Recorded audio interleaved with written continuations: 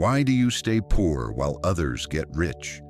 You've probably asked yourself this question. You work hard, follow the rules, but life always seems to favor others, and you keep counting pennies. Florence Scovel Shinn, one of the greatest metaphysical masters of the 20th century, dedicated her life to unraveling this very mystery, and she found the answer, and best of all, the solution: why some get rich while the vast majority stay poor.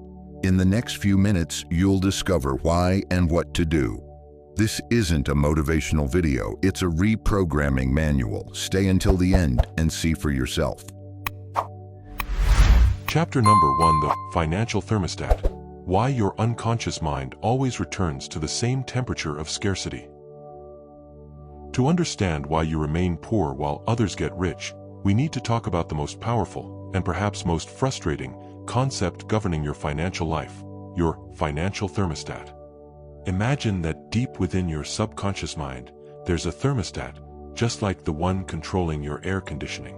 It's not programmed for degrees Celsius or Fahrenheit, but for an amount of money, a level of success. This is your financial comfort zone. Florence Scovel Shinn was among the first to popularize the idea that the subconscious mind is the driving force behind our destiny. She called it the faithful servant that executes without question the orders it receives from the conscious mind and, more importantly, the deeply rooted beliefs we've formed since childhood. Your thermostat was calibrated by phrases you heard growing up, like "money doesn't grow on trees," "rich people don't go to heaven," or by watching your parents' constant financial struggles. Here's how it works. Let's say your thermostat is set to a symbolic 68 degrees. If you win the lottery, get a promotion, or close a big deal, your financial life's temperature shoots up to 100 degrees. Your conscious mind celebrates, but your subconscious panics. Alert! Temperature too high. This isn't safe. This isn't who we are. And like a faithful servant, it starts working to bring the temperature back down to 68 degrees. You begin spending impulsively, make bad investments, lend money that never comes back, or simply sabotage opportunities. Before long, you're back to your familiar temperature of scarcity. The opposite is also true. If you lose your job and your temperature drops to 40 degrees, your subconscious activates survival mode to push you back to 68 degrees, but rarely much beyond that. Florence Shinn would say you're living under the command of a mental image of limitation. You can affirm, "I am wealthy," all day long, but if the image in your subconscious is one of struggle, that image will win. The Bible speaks to this differently. In Proverbs 23 verse 7, we read, "For as he thinks in his heart, so is he." Notice it doesn't say, "as he wishes," but "as he thinks," how he sees himself in his heart, in his subconscious. Your external reality is a perfect mirror of your internal image. If you feel a bit uncomfortable with this truth, but at the same time sense it makes sense, hit that like button. It's the first step toward admitting something needs to change. Think about the story of Hagar, Sarah's servant, in Genesis 21. After being cast out into the wilderness with her son Ishmael, their water runs out and she places him under a bush so she won't watch him die. Her thermostat was at absolute zero. She accepted death as destiny. She only saw the desert, the lack, the end. But then, an angel of God calls to her and says, "What troubles you, Hagar? Do not be afraid." And the text continues, "Then God opened her eyes and she saw a well of water." The well had always been there. Provision was present in the middle of the desert, but her mental programming of despair prevented her from seeing it. She needed divine intervention to recalibrate her vision and perceive the abundance that was already available. Your job, as Florence Shinn would teach, isn't to fight the thermostat. It's to reprogram it. It's to create a new image in your soul. How? Start exposing yourself to new temperatures. Visit places you consider wealthy. Dress a little better. Read biographies of people who came from nothing and prospered. Begin showing your subconscious that a higher temperature is possible and safe. And here's the question for your first reprogramming task. If money weren't an issue, what would be the first thing you'd do that would make you feel prosperous? This isn't about spending, it's about the feeling. Share in the comments, because by writing it down, you begin creating the new image for your subconscious. Understanding your financial thermostat is the key that opens all other doors.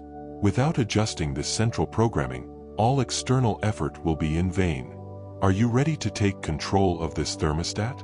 If the answer is yes, subscribe to the channel, because in the next chapter, we're going to expose one of the most paralyzing lies that keeps your thermostat stuck in the cold. Chapter number 2: The Camel Syndrome, the false gospel of poverty and the belief that wealth and spirituality don't mix. In the last chapter, we uncovered the financial thermostat that controls our lives. Now, let's dive into one of the biggest reasons so many folks deliberately crank that thermostat down to chilly, a deeply ingrained belief I call the Camel Syndrome. It stems from one of the most misinterpreted Bible verses of all time. It's easier for a camel to go through the eye of a needle than for a rich person to enter the kingdom of God. For too many people, that line has turned into a hard and fast rule. To be spiritual, to be good, to get close to God, you've got to be broke. Florence Scovel Shinn fought that notion tooth and nail. She dubbed it the false gospel of poverty. She taught that this mindset creates a brutal tug-of-war in your subconscious.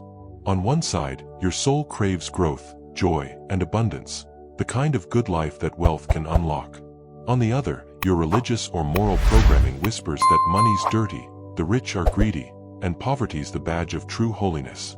With that kind of inner conflict, how could your mind ever welcome real prosperity? It won't. It'll push it away to safeguard your spiritual security. Let's break down that verse.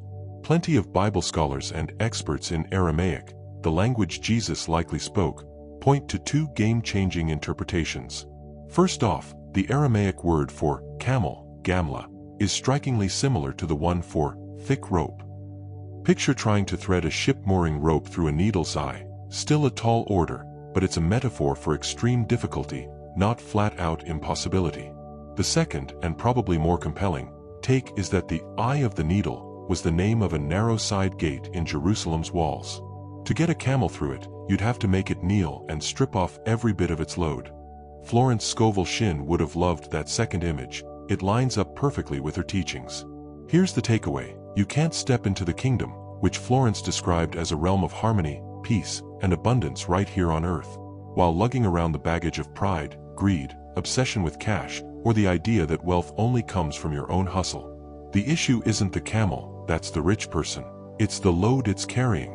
God isn't anti-wealth. He's against turning money into an idol. If this fresh spin is already lightening your load, drop a like so more folks can shake off that bogus guilt.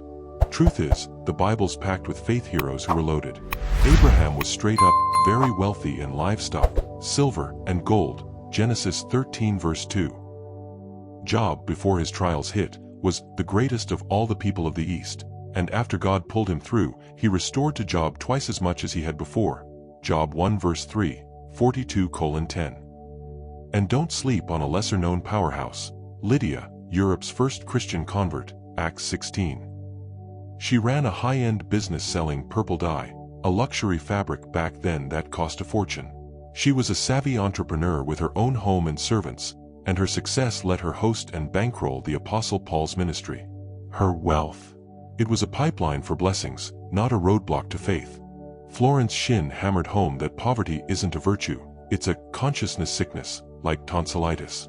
God is the ultimate provider, the big giver of everything we need. Thinking he wants you limited? That's an insult to his boundless generosity.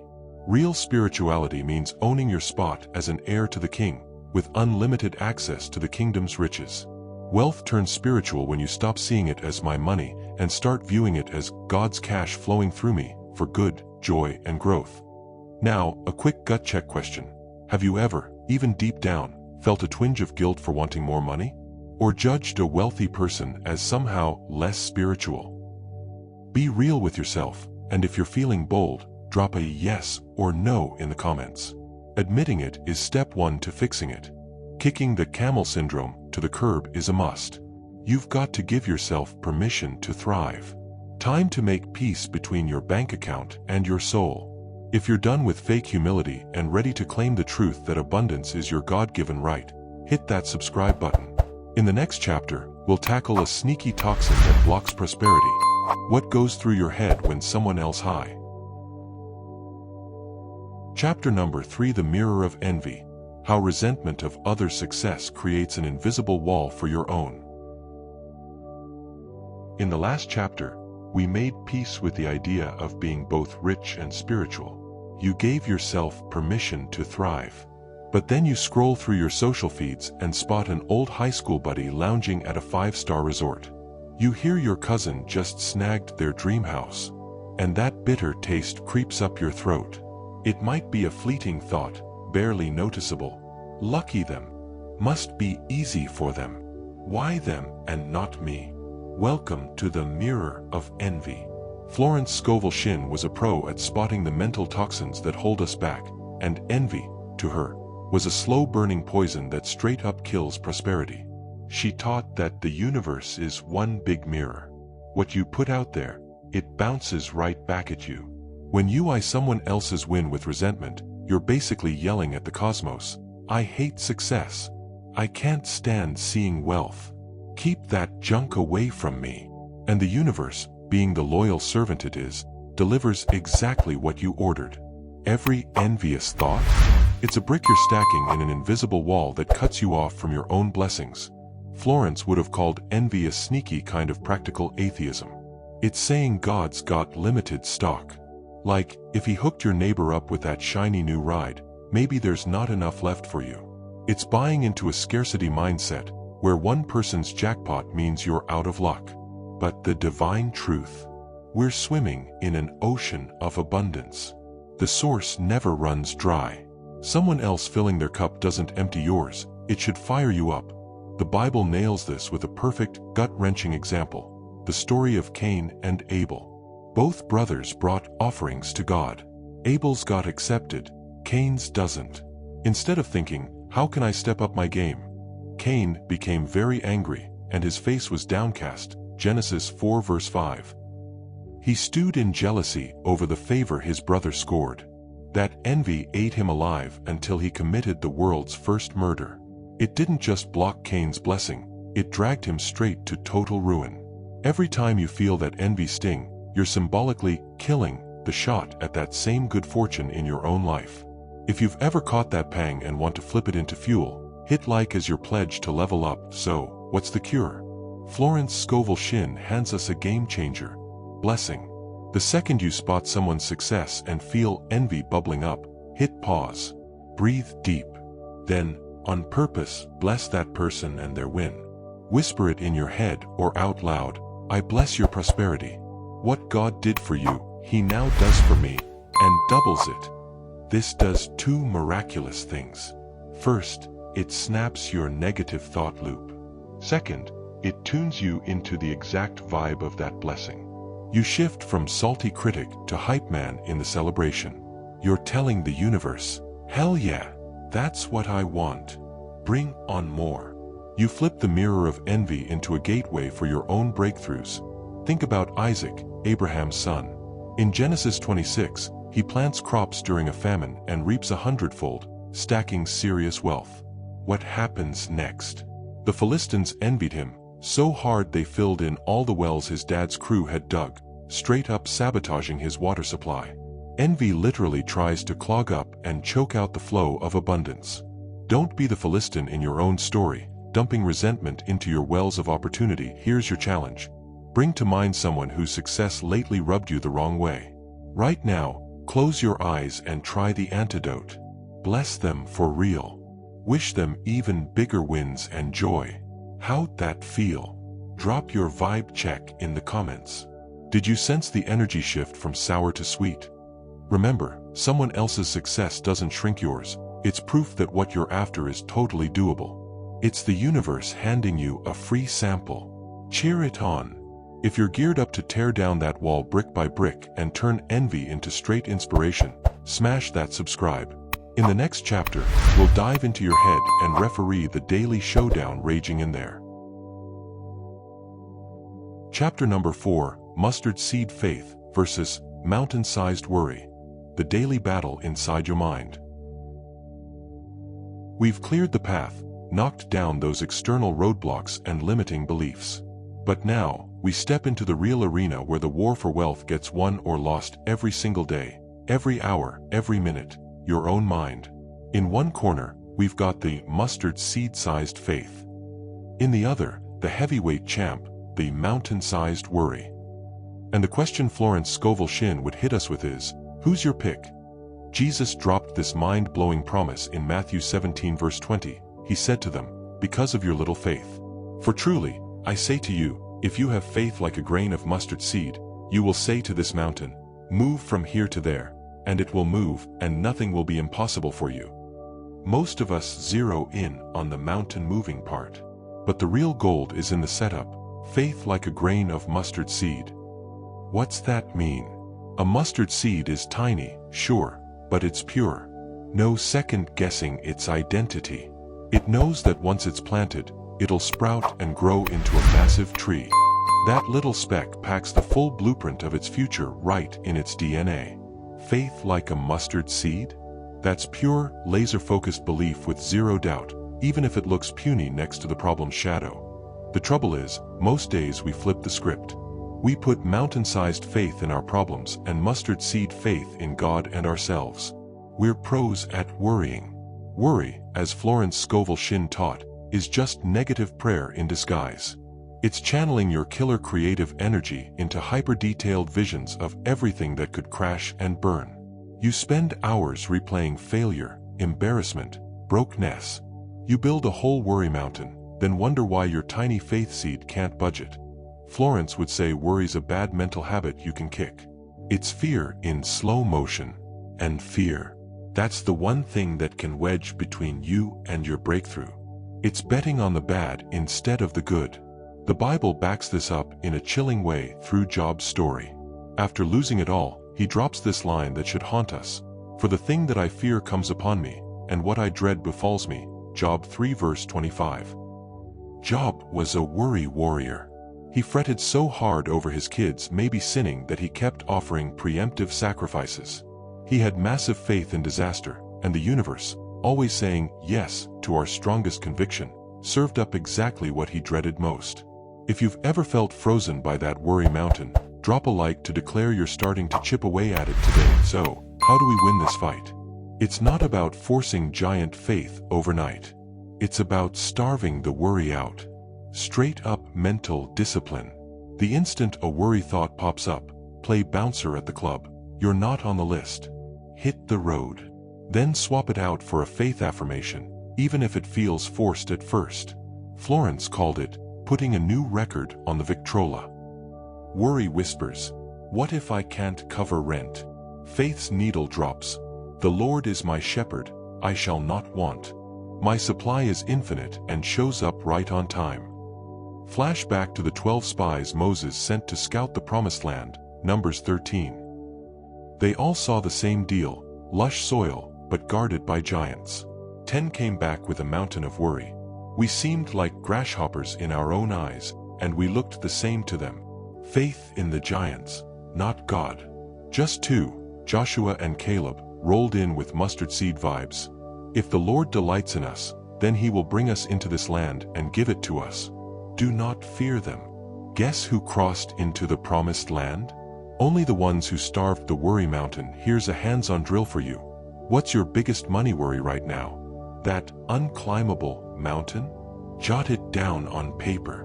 Now stare it down and say out loud, you're just a shadow. You got no real power. In the comments, skip spilling the worry.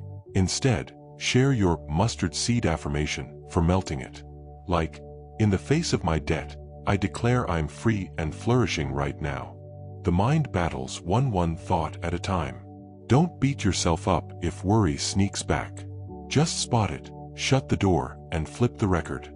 Over time, that faith seed, watered by your focus, grows into a tree so huge, the worry mountain looks like a pebble. If you're locked in to train your brain for the win, hit subscribe. In the next chapter, we'll break down the weapons you're wielding in this fight, your words. Chapter number 5, The Language of Defeat. the words and phrases you use daily that cancel your blessings. In the last chapter, we learned how to win the inner battle by picking faith over worry. But what's the point of claiming victory in your mind come morning if you spend the rest of the day tripping yourself up with your own mouth? Welcome to the minefield of defeat speak. It's those offhand words and phrases you toss out every day that act like a big fat cancel button on the blessings the universe is trying to drop in your lap. Florence Scovel Shinn hammered this home harder than anything else. To her, the spoken word was the brush that paints your life's canvas. She said, "By your words you will be justified, and by your words you will be condemned." Every word you let fly is a decree. It doesn't just vanish into thin air, it zips out, rides the ether, and boomerangs back as your reality. You're straight up prophesying your future, one sentence at a time. So, what's defeat speak? It's sneaky, often masquerading as straight talk or humility. When someone hands you a compliment and you hit back with, "Ah, it was nothing." Boom. Cancelled. You just wiped out the universe's nod to your worth. When you spot something you want and sigh, "That's gorgeous, but I'd never swing that." Cancelled. You decreed a hard cap on what you can receive. When you're venting about work, "I'm slammed, slaying lions left and right." Cancelled. You coded your days as non-stop grind and burnout. The granddaddy of them all. "I'm broke." Florence would have called that one of the most wrecking declarations you could drop. It's a self-inflicted curse. The Bible's basically a playbook on the power of words. Proverbs 18 verse 21 lays it out raw. "Death and life are in the power of the tongue, and those who love it will eat its fruit." No fluff, your words brew up life, opportunities, health, cash flow, or death, shortfalls, sickness, flops. You're always munching on the fruit from the seeds you planted last week, last month. If you're geared up to swap the weed patch for a prosperity orchard, smash that like to lock it in. Take the story of Zechariah, John the Baptist's dad and a temple priest, Luke 1. The angel Gabriel pops in and drops the bomb. His wife Elizabeth, barren and way past her prime, is gonna have a son. Epic blessing alert. Zechariah's comeback? Doubt City. How will I know this? I'm an old man and my wife is well advanced in years. Luke 1 verse 18. Straight defeat speak. They how? The impossible. Bam, instant fallout. The angel mutes him. And now you will be silent and not able to speak until the day these things take place, because you did not believe my words, which will be fulfilled at their proper time. Luke 1 verse 20. Florence Scovel Shinn would have nailed this interpretation. The universe, in its mercy, sometimes zips our lips to keep us from nuking our own miracles with doubt bombs. Zechariah didn't get his voice back until the promise dropped, so he couldn't trash talk it into oblivion. The fix? Laser-focused awareness. Start eavesdropping on yourself like you're a fly on the wall. Tune into your chit-chat, gripes, money jokes. It'll hit you like a truck. Florence coached her folks on a word fast. For 1 week, go cold turkey on any whiff of lack, limits, or struggle. Swap "it's rough out there" for "all things are possible." Ditch "I got no cash" for "money flows to me from expected and unexpected sources." Instead of "I'm wiped," claim "I'm strong and buzzing with divine energy." Your challenge: what's that one negative phrase or word you lean on daily? Your go-to scarcity crutch. Pin it down and spill in the comments what powerhouse line you'll swap it for. Like, "I'm trading, what a drag, for everything's working for my good." Your words are your messengers. Dispatch them with orders to build your abundance castle, not dig your limitation grave. If you're all in on mastering these divine tools to craft your fresh start, don't sleep on hitting subscribe. In the next chapter, we'll unpack one of the wildest quirks of the human mind, the fear of actually landing what you want. Chapter number 6: The Secret Fear of Success. Why many sabotage themselves when they are about to succeed. Ring any bells? You've hustled, visualized, affirmed your goals. Things start clicking into place. That dream job interview lands in your inbox. The big client finally hits reply. The golden opportunity's right there, finish line in sight. And boom, you freeze. You put off the call. You nitpick a flaw in the deal. You botch a simple step. You trip right at the edge of the win. This ain't random bad luck. It's a dead giveaway for one of the weirdest, most widespread traps keeping us stuck in broke mode, the secret fear of success. Florence Scovel Shinn knew that while we all chase success on the surface, plenty of subconscious minds are straight up terrified of it. Why? Success spells change, and the subconscious hates change like the plague. It clings to the familiar, even if familiar means scraping by and stressing out. Hitting it big unleashes a fresh batch of fears. What if you can't handle the spotlight? What'll people say? What if the higher you climb, the harder you crash? Or worse, what if you finally get the good stuff, and someone swoops in to snatch it away? Florence would have pegged this as feeling like a fraud at life's feast. You make it to the throne room door but don't feel worthy to step inside. So you cook up an excuse to slink back to the cozy dungeon of average. It's peak self-sabotage, locking your financial thermostat on chilly, like we unpacked in Chapter 1. You edge toward wealth just to prove you don't belong, then retreat to the safe harbor of your old self. The Bible serves up a gut-punch example with the Israelites. God busts them out of Egyptian slavery, rolls out jaw-dropping miracles, and marches them to the edge of the promised land, a spot flowing with milk and honey. Finish line, baby. What do? They spot the giants and bail. They whine in Numbers 14. Wouldn't it be better for us to go back to Egypt? Talk about nuts. They'd take the chains they knew over the wild freedom ahead. The fear of success, of owning the responsibility of their own turf, was so heavy, they picked slavery round 2. End game. That whole generation, Joshua and Caleb accepted, dropped in the desert, never tasting the win that was one step away. If you've ever bailed on a huge break, hit like to own the pattern and swear off repeating it. Florence Scovel Shinn's fix for success jitters? Bold as hell prep. Act like the wind's locked in and you're just dotting I's. Craving a better gig? Don't wait for the offer. Snag that sharp interview outfit now, as a power move. Eyeing a booming business? File the name, print the cards, deck out the space before client one's in the door. It blasts your subconscious with no turning back. Victory's the only exit. Get comfy. Look at David. Stepping up to Goliath, he wasn't some battle-hardened vet. But he didn't shrink. He leaned on past W's, that lion and bear takedown, and straight-up faith in the next one. He skipped Saul's clunky armor that didn't fit. Rocked his sling and stones, the tools he knew, with the swagger of a guy who'd already crowned himself champ. He didn't dread the hero glow-up for Israel. He owned it before the first pebble flew. Now, a real gut check. If you nailed every financial win you crave by tomorrow, what's your deepest dread? What bad twist are you low-key bracing for? Get raw. The weight of it all? Side-eye from the crowd? Crashing back to zero? Name that beast and air it in the comments. A fear dragged into the light loses 90% of its bite.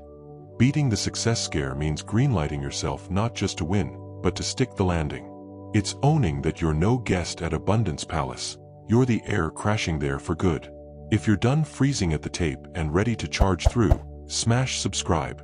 In the next chapter, we'll crack a head-scratching but freeing principle to turbocharge your path. Chapter number 7: The Law of Vacuum.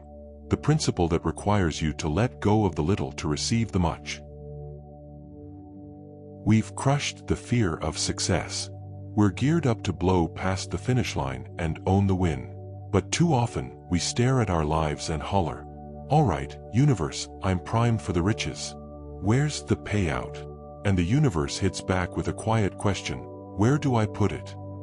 Welcome to one of the deepest secrets of manifestation, a principle Florence Scovel Shinn mastered, the law of the vacuum. It's dead simple and no nonsense. Nature hates a vacuum. For the new and overflowing to roll in, the old and skimpy has to roll out. You've got to ditch the scraps to grab the feast. Florence taught that most of us pray up a storm for prosperity, but we clutch our just enough to get by like a lifeline. We stick with the soul-sucking job out of terror we'll never land another. We hoard old clothes we haven't touched, just in case. We hang on to toxic buddies because solo sounds scary. Our lives are so jammed with survival scraps there's zero room, physical, mental, or emotional, for the more than enough overflow to crash the party. The law of the vacuum? It's faith with legs. It's you shouting to the cosmos, I trust the coming supply so hard, I'm ditching my current safety net. Florence shared this gem about a woman craving a fresh wardrobe but flat broke. Playing by the law, she gutted her closet, donated every last thread, flung the doors wide, and created a straight-up void. She moved in faith, betting that space would get filled. Days later, a loaded relative calls out of the blue, drops a fat check, and says she had a wild urge to bless her. Boom, she made room, and the universe rushed to stuff it. The Bible's loaded with vacuum law showdowns. Check the widow and the oil in 2 Kings 4.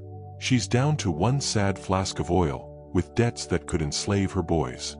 Prophet Elisha doesn't cut a check. He drops orders. Go, borrow vessels from all your neighbors, empty vessels and not too few. Boom, make the vacuum. The oil miracle quits only when she's out of empty jars. Your breakthrough ain't capped by the source, that's endless. It's by how many empty vessels, open slots, you prep to catch it. If your life's cluttered and screaming for breathing room, drop a like as your symbolic first dump of the junk. Flash to Peter's call, the fisherman. In Luke 5, Jesus finds him after a zero-catch all-nighter. Jesus says, put out into the deep and let down your nets for a catch. Nets come up bursting, epic haul. Then Jesus hits him with, follow me, and I will make you fishers of men. What does Peter do? Scripture says he and the crew left everything and followed him. He ditched his biggest payday ever, released the plenty to snag the infinitely more. He carved a vacuum in his gig, his whole self, so a bigger destiny could flood in. How do you rock the vacuum law today? Start physical. Purge your wallet of ancient receipts. Donate clothes gathering dust over a year. Trash busted gadgets you're gonna fix someday. Make space. Go mental. Drop old grudges. Forgive the jerks. Shake off past flop flashbacks. A head full of yesterday's trash can't hold tomorrow's $1,000,000 sparks. Get bold. Stuck in a dead-end job? Gear up hard for the next one. Cut hours if you gotta, or carve out time for that fresh skill course. Craft a time vacuum, begging for killer ops. Now, the gut punch question. What's that one thing you're gripping in your life out of fear, knowing it's hogging space for way better? A thing, a tie, a gig, a mindset. Name it, and if you're gutsy, declare in the comments, I'm releasing whatever it is to claim my bigger good. Remember, the universe can't drop goodies in a fist that's clenched. Open wide. Let go. Trust the void, it's creation's womb. If you're set to carve out miracle space, hit subscribe. In the next chapter, we'll tweak your headspace on how those miracles actually show up. 3 web pages. Chapter number 8, Pay the Price, or Accept the Gift. The crucial difference between a fighting and receiving mentality. In the last chapter, we learned how to let go of the old to make room for the new. The vacuum is ready. But now, we're diving into one of the subtlest and most game-changing distinctions on the whole path to wealth. The difference between a pay-the-price mindset and an accept-the-gift one. So many of us were raised believing life's a grind, that success has to be earned through blood, sweat, and tears. We shoulder this heavy load that we have to deserve abundance, that we gotta pay up front for it. Florence Scovel Shinn flips that script on its head. She taught that this grind-it-out mentality is actually a roadblock. It keeps us locked in tension, strain, and worry, vibes of resistance, not openness. Struggle implies there's an enemy in the ring. If you're battling for wealth, you're casting the universe as the villain you need to take down. But the universe is the source of your good, not your opponent. The real truth, per Florence, is that abundance isn't a trophy to win, it's a gift to receive. The price? Already paid. Your inheritance. It's right there waiting. Your only job is to learn how to say yes. That's the heart of divine grace. Grace is unearned favor. It's the universe, or God, handing you what you didn't hustle for. The grind mindset says, I gotta clock 18-hour days to prove I'm worthy. The receiving mindset says, I work with joy and inspiration, knowing I'm divinely supplied, no matter how many hours I put in. The first one's draining, the second's electric. If you're burned out on the fight and ready to start receiving, drop a like to signal that mindset shift. The Bible nails this perfectly in the parable of the workers in the vineyard, Matthew 20. The vineyard owner hires folks at different times of the day. At quitting time, he pays everyone the same, a full day's wage of a denarius, whether they slaved away from dawn in the scorching heat or just showed up for the last hour. The all-day crew flips out. They're all about paying the price. We've borne the burden and the blazing sun, and you make them equal to us? The owner's response? It's grace talking. Friend, I'm not being unfair to you. Can't I do what I want with my own money? Or are you envious because I'm generous? Florence Scovel would say God's just like that vineyard owner. He doesn't run on human sweat equity, he operates on grace. Wealth might hit you via a 5-minute light bulb moment, not 5 years of grinding. It could land as an unexpected windfall or a wide-open door that swings easy. But the grind mindset slams those shut, because deep down, our subconscious whispers it's unfair to get without the suffering. Think of Naaman, the Syrian commander with leprosy in 2 Kings 5. He hauls a fortune in silver, gold, and clothes to Israel, dead set on paying the price for his healing. He expects some epic ritual, a big production. Instead, the prophet Elisha just sends a messenger, go wash 7 times in the Jordan. Naaman loses it. I figured he'd come out, call on the name of his God, wave his hand over the spot, and cure the leprosy. He craved the drama, the payoff for his effort. A simple gift that bruised his ego. Only when he swallowed his pride and accepted the straightforward fix did the healing kick in. What's your struggle? Do you buy into the idea that you have to burn out to build wealth? That suffering's the proof of your hustle? I challenge you, for 1 week, swap I have to work for I'm gonna play at creating. Ditch I need to fight for clients for I'm open to receiving my ideal clients. Feel that energy flip and hit the comments. What struggle are you ready to drop so you can start accepting the gift? Remember, accepting the gift isn't about sitting on your hands. It's inspired action over desperate sweat. It's dancing with life's flow instead of fighting the current. It's active non-resistance. If you're done with the heavy armor and ready to learn the steps, subscribe to the channel. Next chapter, we'll tackle one of the biggest forces that can drag you back into the fight, the people around you. Chapter number 9, The Circle of Influence. How the people around you keep you anchored in the vibration of poverty. You've tuned your thermostat. You've shaken off that religious guilt. You've turned envy into a blessing. You've picked faith over worry, power words over defeat, courage over fear, and receiving over struggling. You're vibrating at a whole new frequency. You're primed for takeoff. But then, you head to Sunday lunch with the family. You grab happy hour with the buddies. And before you know it, you're yanked right back into the old vibe. Welcome to the final boss level, your circle of influence. Florence Scovel Shinn knew consciousness is contagious. You can't wade into a swamp of negativity and expect to come out smelling like roses. The people around you, often with the best intentions, can be the anchors keeping you docked in the harbor of broke. They do it through non-stop griping, gossip, skepticism, jokes about your crazy new ideas, and that constant drumbeat of life's just hard. Florence would say you gotta protect your freshly awakened consciousness like a mom shields her newborn. You can't expose it to germs of doubt and negativity. That doesn't mean ghosting everyone you love, but it does mean setting healthy boundaries. It means playing the quiet observer in the chat, not jumping into the chorus of complaints.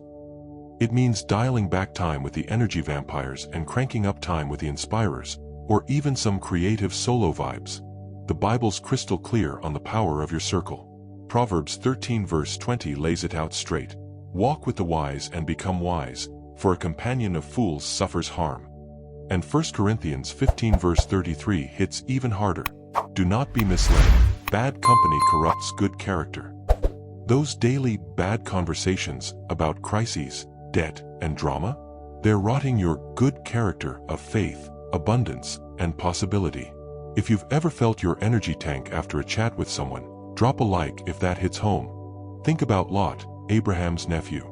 He picked Sodoma to pitch his tent, a city infamous for its depravity and toxic mindset. He surrounded himself with the wrong vibe. When Judgment Day rolled around, angels had to physically drag him out. And even then, that place's pull was so strong his wife glanced back. Just a moment of clinging to the old energy, and bam, she turned into a pillar of salt. Stuck forever in that vibe. Your circle can turn you into a pillar of salt, too. Frozen, unable to step into your promised land. Florence Scovel Shinn hands us a practical fix. Bless them, but don't join them. When a friend starts venting about the government, the economy, or the boss, don't dive in. In your mind, quietly bless them and affirm, to you, your reality. To me, mine. In my divine world, everything's in perfect order, and abundance flows free. You're building a protective bubble of light around yourself. You flat out refuse to let their frequency mess with yours. Another move? Start scouting your new squad. In today's world, with the internet at your fingertips, you can hop into groups, watch videos like this one, devour books from folks on your wavelength. Feed your mind wealth consciousness to cancel out the poverty vibes in your surroundings. Here's a quick gut check for you. Mentally list the 5 people you hang with most. Do they lift you up or drag you down? Do they yap more about problems or solutions? Fear or faith? You don't have to spill it here, but get real with yourself. And in the comments, drop one action you're taking this week to guard or boost your vibe. Could be, I'm queuing up an inspiring podcast for my commute, or I'm steering clear of money talk with that one person. Remember, your environment beats your willpower every time. Shifting your circle isn't arrogant, it's spiritual and financial self-preservation. If you're ready to be the guardian of your own frequency, hit subscribe. In our final chapter, we'll pull all the pieces together and strike the ultimate power pose of wealth. Chapter number 10. The game of wealth has already been won, assuming the final stance of heir and no longer of competitor. We've cracked the code on the financial thermostat. We've debunked the fake holiness of poverty and the poison of envy. We've won the mind's battlefield, harnessed the power of words, conquered the fear of success, created the vacuum of receptivity, swapped struggle for the gift, and shielded our vibration. And now, what's left? Just the simplest and deepest step of all. Stop playing the game and realize it's already won. Welcome to your coronation. It's time to step into the final stance of heir, not competitor anymore. Florence Scovel Shinn titled her most famous book The Game of Life and How to Play It. But the ultimate secret of the game? For the spiritually awakened soul, there's no more competition. Competition belongs to the world of illusion, the scarcity realm where folks scrap over limited scraps. But you've learned the resources are boundless. You're not duking it out with anyone for a slice of the pie. God baked an infinite pie just for you. Stepping into the heir stance is the grand synthesis of everything we've unpacked. It's the quiet confidence of someone who knows everything the Father has is yours. An heir doesn't sweat the will. He doesn't wake up every day fretting if Dad's gonna leave him something. He lives in the rock-solid certainty of his inheritance. He acts, thinks, and speaks from that knowing. Your only competition now? Your own doubts and old thought patterns, a matchup you've already mastered how to crush. Florence would call this the state of divine completion. You live with the feeling of the wish fulfilled. You don't wait for your wealth anymore. You give thanks for it, even if your physical eyes haven't fully clocked it yet. You live from the end. And by the law of correspondence, your outer reality has no choice but to shape itself to that inner conviction. If your soul feels it, you're an heir to the kingdom. Crown that truth with one final coronation like. The whole Bible's the story of our trek from slave to heir. In Galatians 4 verse 7, Paul nails it. So you are no longer a slave, but God's child, and since you are his child, God has made you also an heir. This is your spiritual birth certificate and your universal deed of ownership. You're not some competitor begging for a seat at the market table. You're the son or daughter of the market owner. Your posture shifts. Your negotiations shift. Your confidence. Total game changer. Think about Jesus' vibe. He never hustled like a competitor. Never looked anxious or rushed. When he needed cash for taxes, he didn't stress. He told Peter to hook a fish with a coin in its mouth. When feeding the 5,000 loomed with just a few loaves and fish, he didn't freak. He gave thanks for what he had and knew it'd stretch. He moved from air consciousness, that oneness with the source of all supply. That's the stance now wide open for you. Living as an heir looks like this, making choices from abundance, not lack. You don't grab the cheapest option. You pick what you truly want, trusting the provision will show up. Feeling real joy in others' wins, 'cause they're your co-heirs, siblings in the game, and their wealth just spotlights the epic scale of the kingdom you're part of. Holding a peace that blows your mind, 'cause no matter what shakes the world stage, your inheritance is locked in and bulletproof. And here's your final reflection, your coronation meditation. Close your eyes. Picture yourself striding to that throne that's yours by divine right. Feel the weight of the royal robe on your shoulders. Sense the Christ consciousness crown settling on your head. Gaze out at your kingdom, your life, with love and command. What do you decree for your realm starting today? Drop one word from your first royal decree in the comments. Could be joy, peace, expansion, love. You don't have to fight anymore. You don't have to prove a damn thing to anyone. The game's over. You won the second you woke up to who you really are. Now, just be. Live from that truth. Savor your inheritance. This is your birthright. Thanks for riding this journey with us. If this series flipped your perspective and helped you claim your throne, hit subscribe to the channel. Our chat on how to reign in your life is just getting started. Until the next video.